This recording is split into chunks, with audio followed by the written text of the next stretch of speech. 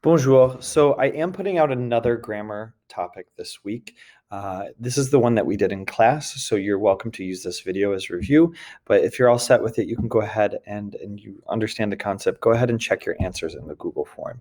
If you'd like to go over this topic again, I'm providing this video so that you can choose to do that. So you know how to conjugate ER verbs. We're going to talk about a certain set of verbs that are called spell changing verbs, and they are all ER verbs. So ER verbs, you drop ER, add EESE, ONS, ENT. That's how you do it. Cool.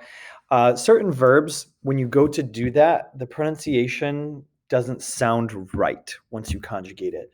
And example, during the speaking, several kids tried to conjugate acheter, even though I told you to use your modal verbs.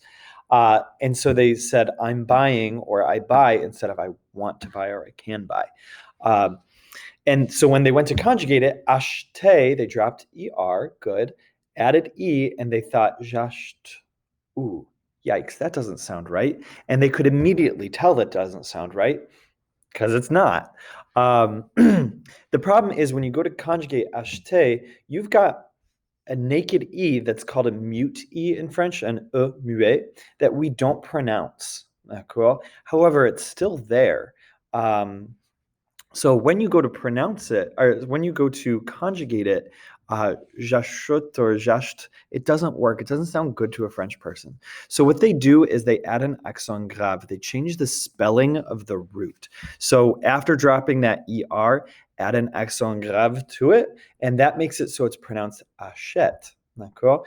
And if you didn't know, the accent grave is pronounced eh all the time. Whenever you see an accent grave, it's pronounced eh. And I'll tell you a little bit more about that later. So that gives you, for example, and you can repeat after me, j'achète, I buy, I'm buying. Tu achètes, you buy, or you're buying. Il achète, he buys or he's buying. D'accord? Now look at the new form. In the new form, we can just drop ER and add ONS. Why? Because ONS is a full syllable.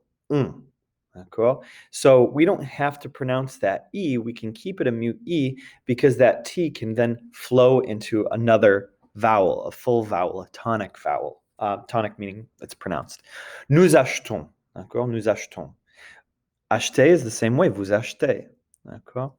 However, ENT, you should know that ENT is not pronounced. It's a thing that many people forget, but ils achètent. D'accord?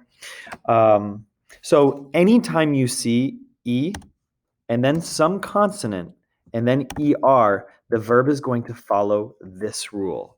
D'accord? Wherein you have to add an accent grave to that naked E that's before whatever consonant. So even if you look at some of these, second one here, amener, d'accord? J'amène, d'accord? Enlever, j'enlève. And so sometimes it's going to be a T, sometimes it's going to be an N, sometimes it's going to be a V, but you have to watch out for that. Okay, moving up now. There's some that are going to have an accent aigu. Now let's talk about pronunciation real quick because we just said that accent grave is always pronounced eh. Accent aigu is always pronounced the same too. It's always pronounced eh. D'accord? So whenever you see an accent aigu, you should know it's pronounced eh.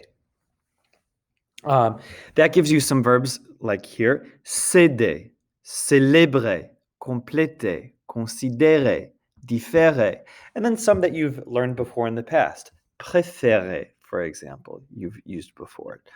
Now, the problem with this is that vowel is very high. So when you go to conjugate it, if you try and drop that ER and then add an E, for example, for the je form, for préfère, let's use, it gives you je préfère. And that's not what we say. We say je préfère. Now, in class, I had everyone put their hand on their jaw so that when you say je préfère, you'll notice that your jaw actually pushes your hand down. That's because they're two different vowels, pré and then faire. So what do French people do to reflect that they're not saying préfère, but préfère with a lower vowel? They add the accent grave instead of the accent aigu, or they change the accent aigu to an accent grave. Now, real quick, the aigu going upwards D'accord? That reflects that your jaw is high, et. And the accent grave going down, that reflects that your jaw is low, eh. D'accord? So that's why it's an accent aigu going up, et, and an accent grave going down, eh. So another layer of understanding that you guys can have. Now, let's look at this verb, j'espère. D'accord? So repeat after me, j'espère. Tu espères. So these are I hope, you hope, il espère. Okay. Now, I didn't point this out with the other one, but I'd like to point it out now. Your left-hand side, they all have that vowel change.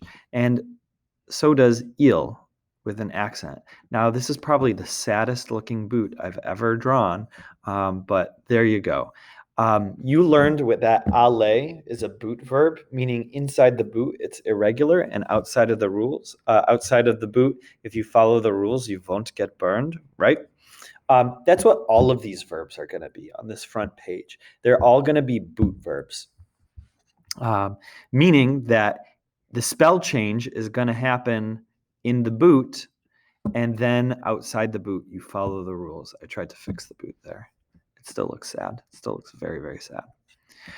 Okay, so anytime you see accent aigu, d'accord, meaning your crown, I call it crowned E so often, but anytime you see that accent aigu followed by a consonant or sometimes two consonants, and then ER, you're going to have that spell change occur when you go to conjugate it.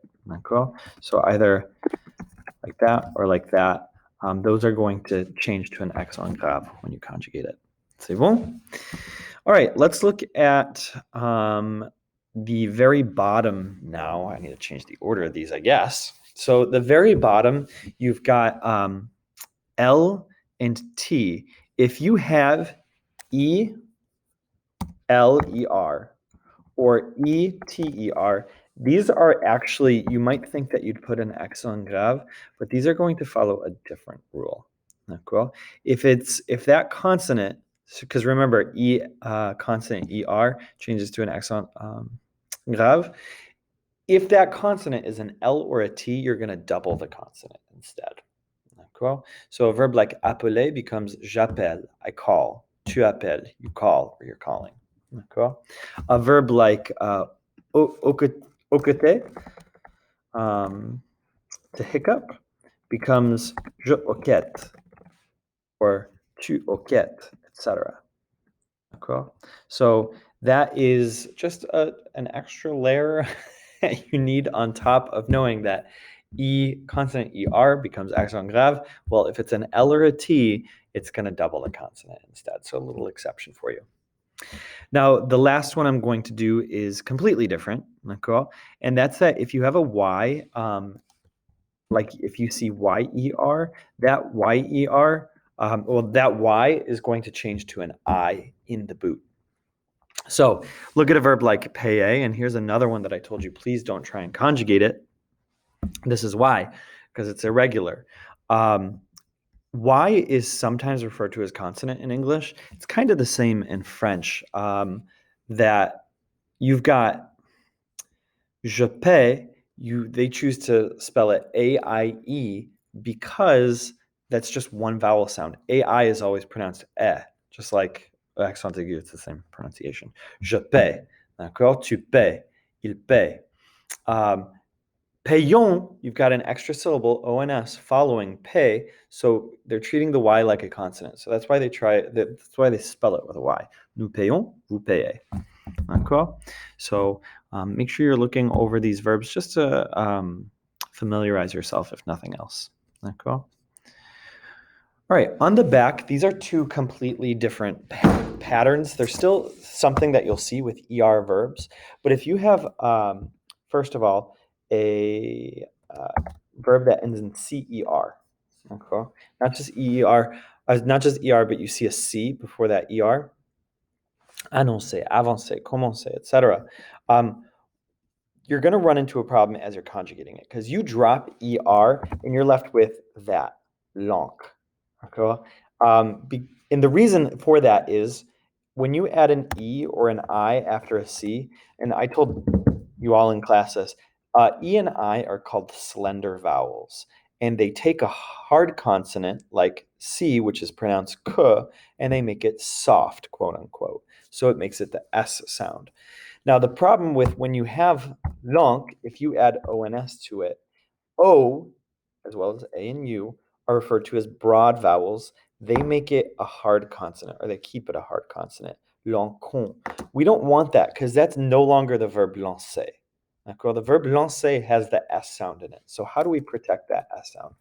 Well, you learned that the CD takes the hard C and it softens it in front of A, U, or O. So that's what we're going to do is just add l'enson. So you just have to remember for the new form, to keep that C soft, you add an accent. So that's actually pretty easy because you're just remembering one thing. And when you go to write it out, you'll be like, oh, that looks weird. L'encon. No, l'enson. D'accord? That looks kind of like an S. Now, we have the same problem with G because G behaves the same way as C in that if you have a slender vowel like E or I after it, it's pronounced je. Well, in English, it's pronounced je. In French, it's pronounced je. If you've got a broad vowel like O, A, or U, it's pronounced ge. So take a verb like corriger to correct. Je corrige is fine. However, if you try and take the root corrig and add ONS to it, you're left with corrigon. So there's no accent. French people don't have an accent for a G to make it a soft je sound. I guess they could have made it a J, but they didn't. They decided to add an E to it. So nous corrigeons. You add ONS with an E additional to make it the je sound. Pretty easy. You just have to pay attention to a lot of things here. Now, let's look at number one together, and then you can fill out this and do your answers on Google Forms. We have the verb préférer. Now, préférer is one of our boot verbs from the front. It's got an accent aigu in front of the consonant ER. That means that it's going to become an accent grave in the boot. Now, is vous in the boot? No. So are we going to choose accent grave? No, it's outside of the boot. Nous and vous, follow the rules and you won't get burned. So we can keep that as its normal root, préfet, and then ré. So as you're going through, not all of these are going to have the spell change. Now, I did make a mistake with some of these. Number 5 should not be the verb avancer. It should be the verb menacer. So make sure you cross out avancer and make it menacer. And then the other one is 12 should not be encourager, but voyager. And that's so that the sentence makes sense and matches what's written in the English over to the right-hand side. Okay. So go ahead and do that. Thank you for watching. If you had to watch this video or chose to watch it, merci beaucoup. And voilà.